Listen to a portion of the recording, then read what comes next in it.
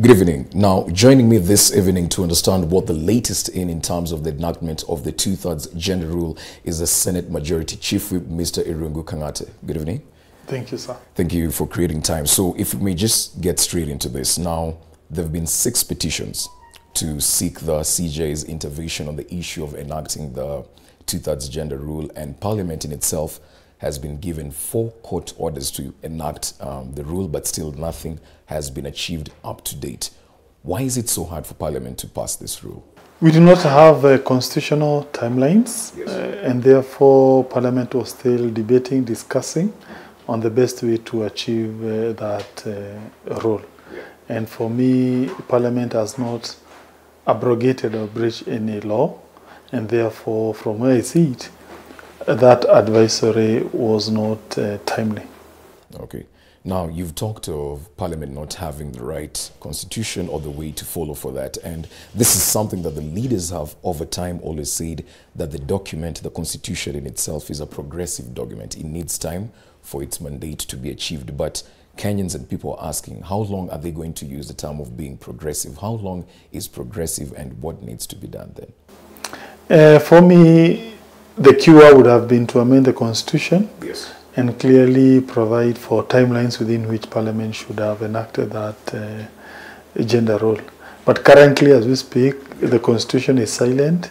It does not say within 1 year, 2 years, 3 years, and therefore Parliament, as of today, has not violated any provision of the law. The CJ has advised the President to dissolve Parliament, and this is a possibility to some and not a possibility to other people. So, say the President goes through with this and Parliament is dissolved, should Kenyans in the very least expect a dissolution? I cannot really know what the President will say or do. I think it would be very wrong on my part as a whip in the Senate, yes, to try to usurp the role of the President. I think we need to respect the President, allow him to conduct his business as he deems fit. Yes. And therefore, let me say, just like any other Kenyan, we shall wait and see what he will do. The only thing which we need to bring to the attention of Kenyans, yes, I'm not so sure whether Maraga knows what he has done. Yes. Effectively, what he has done is to revive Section 57 of the 1969 Constitution of Kenya, which had granted power to the President to prorogue or dissolve Parliament. So, and the effect of that is to weaken Parliament vis-a-vis the executive. Because every time there will be an issue, President will be telling parliamentarians, hey, wait a little bit. Remember, I have something for you here. So the effect of that is that it has really strengthened the executive vis-a-vis all other major arms of government. And for me, that's not really progress. I think what Maraga has done today is to weaken the institution of Parliament, okay, to the, of course, advantage of the executive. Okay. Yeah. Now, just away from the constitutional bit of it, say if we're supposed to go into another poll and elect the leaders who are going to serve for 2 years before we have the 2022 general elections. Just say the President goes with it. Are we in a position as a country to afford such a venture? Of course not. You know, elections are usually very expensive. Yes.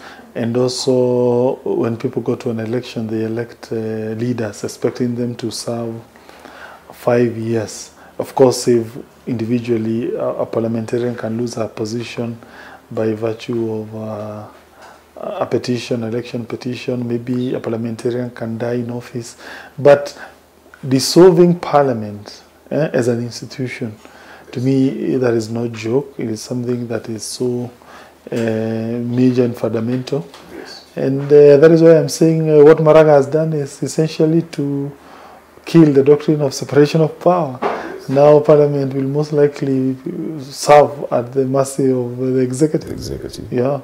Let's talk a bit about the BBI document. In one of its proposals, it has proposed that the route to be taken is through the Political Parties Act that will see parties naturally get the women in the ticket vis-a-vis the normal way that we've been depending on Parliament to enact this. Is this an answer to this two-thirds gender rule? Yes, indeed. So far, the reports we are getting concerning BBI reports, which, by the way, I'm told may be released tomorrow, Yes. is that Kenya will adopt what we call a mixed proportional representation systems. Is where you retain a majoritarian electoral system, but you also add into it what we call a mixed system, an element of proportional representation.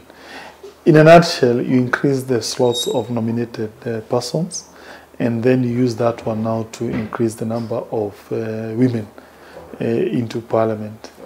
Of course, there is a positive element into it because we need more women in parliament. Women are underrepresented, taking into account the important role they play in our society. But on the other hand, remember Kenyans, they do not want a bloated parliament. It's very expensive to run a parliament. Every parliamentarian is paid a lot of money. He or she has to have an assistant, and you have to have an office for each parliamentarian. So I think even as we push for more women in leadership position, you must also remember Kenya remains a poor country.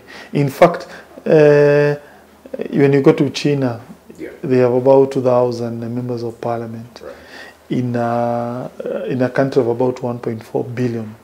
So meaning, if you are to divide that representation amongst the population, you find one parliamentarian is maybe representing about so many people, millions of persons.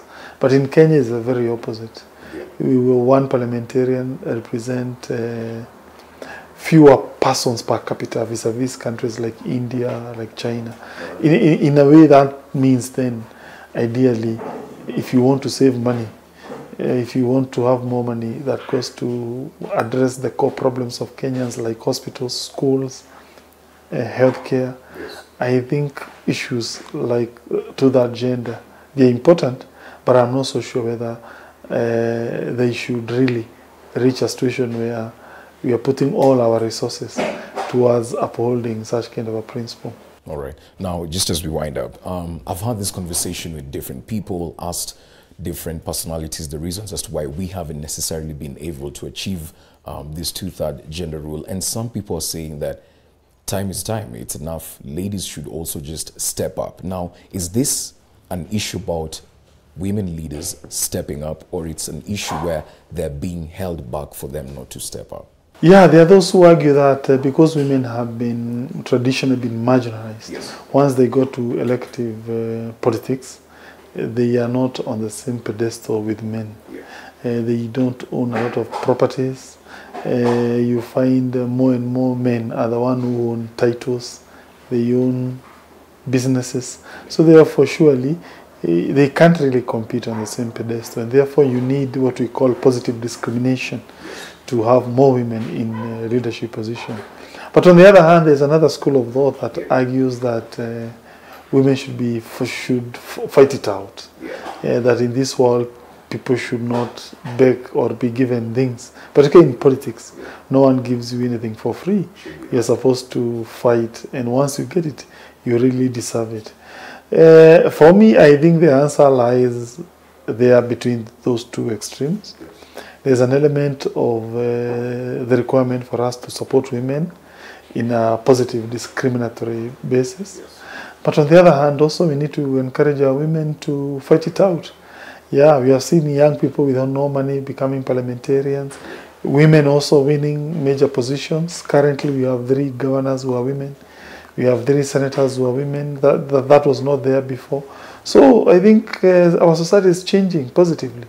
Look at the 3 women governors. One is from Kitui, a so-called historically marginalized county. Another one is a senator from Isiolo. So I think as and when circumstances arise, people do tend to elect equality as opposed to gender. All right. Very well said, Mr. Kang'ata. Thank you for your time this evening.